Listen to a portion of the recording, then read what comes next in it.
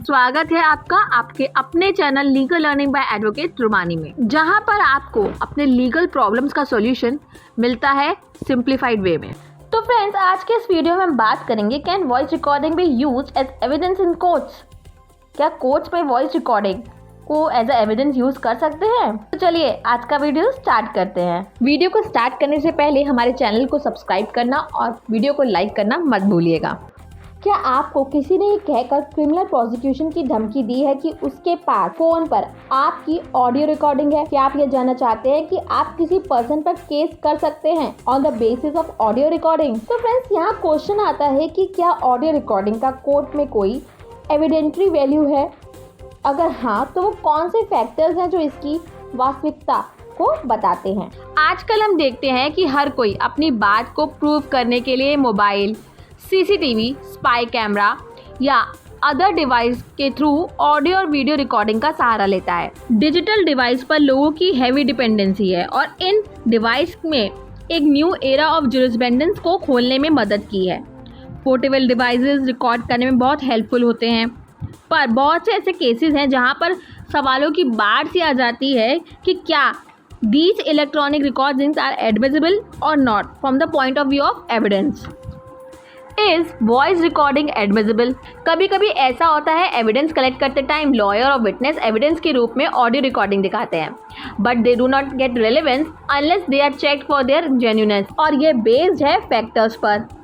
If the evidence related to the case, how the evidence is stored, time period till which the record has been kept in the electronic form. किसी भी तरह की recording के लिए सबसे ज़रूरी है कि वो सच्ची हो, उसमें किसी भी तरह की एडिटिंग नहीं हो। जैसे कि ऑडियो रिकॉर्डिंग हम एक दूसरे की आवाज़ में डब भी कर सकते हैं, ऐसे में उस पर्सन की आवाज़ के साथ मैच करना होता है और ये देखना होता है कि रिकॉर्डिंग उसी डिवाइस में बनी थी या नहीं। अब बात करते हैं कि इलेक्ट्रॉनिक रिकॉर्ड क्या है।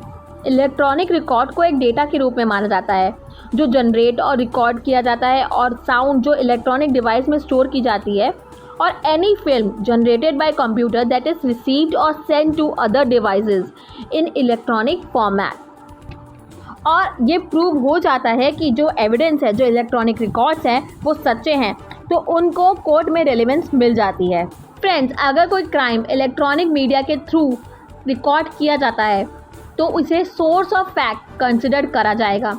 इलेक्ट्रॉनिक रिकॉर्ड से रिलेटेड जितने भी लॉज हैं उन्हें section 65B of Indian evidence act में लिखा गया है। इलेक्ट्रॉनिक रिकॉर्ड को कोर्ट में प्रूफ के रूप में दिखाया गया है और सेक्शन 65B में दिए गए जो प्रोविजंस हैं और रूल्स हैं उनके अकॉर्डिंग है। तो फ्रेंड्स, अगर कोई ये जानना चाहता है क्या वॉइस रिकॉर्डिंग को कोर्ट में एविडेंस के रूप में यूज़ किया जा सकता है, तो इसका आंसर है हाँ, उसे यूज़ किया जा सकता है। And it is important for him और her to get detail knowledge of section 65B of Indian evidence act. अब बात करते हैं the condition that need to be justified for showing the electronic record as evidence in the court. वो कौन कौन सी हैं? तो इसमें सबसे पहले है time when the information is stored on the computer, और उस कंप्यूटर का रेगुलरली यूज होना चाहिए इंफॉर्मेशन के स्टोर और प्रोसेस करने में। और इसके अलावा इलेक्ट्रॉनिक मीडिया के रूप में प्रूफ दिखाने वाले पर्सन का डिवाइस पर लॉफुली कंट्रोल होना चाहिए। During the stated period, electronic records और information is routinely fed to computers in the normal course of activities. Third point है, it is also important to justify. जब आप किसी एविडेंस की रिकॉर्डिंग कर रहे हो तो उस समय कंप्यूटर सही तरीके से काम कर रहा हो। अगर कंप्यूटर में कोई प्रॉब्लम है, वो सही से काम नहीं कर रहा, तो chances of disgracing the evidence in court में एक्वायर। किसी इन्फॉर्मेशन को इलेक्ट्रॉनिकली रिकॉर्ड किया गया है तो उसको कंप्यूटर में डालकर वापस से प्राप्त किया जा सकता है। अगर किसी इलेक्ट्रॉनिक रिकॉर्ड को जनरेट किया गया है और उसे अकॉर्डिंग टू लॉ रखा गया है और प्रोड्यूस भी अकॉर्डिंग टू प्रॉपर कस्टडी किया गया है, तब उसके कोर्ट द्वारा एक्सेप्ट करने के चांसेस बढ़ जाते हैं। In case of electronic record, security status सबसे पहले आता है। It must be prove that the electronic record has not been altering और मॉडिफाइड। उनको ना ऑल्टर किया गया है ना मॉडिफाइड किया गया है। फॉर एग्जाम्पल, अगर कोई बैंक फ्रॉड है, digital track record such as time and date, right. अब बात करते हैं judicial decision on admissibility of recorded evidence. Tape recorded को भी एविडेंस के रूप में कोर्ट में प्रेजेंट किया जा सकता है अगर all the conversation that is saved in the recorder must be relevant to the case.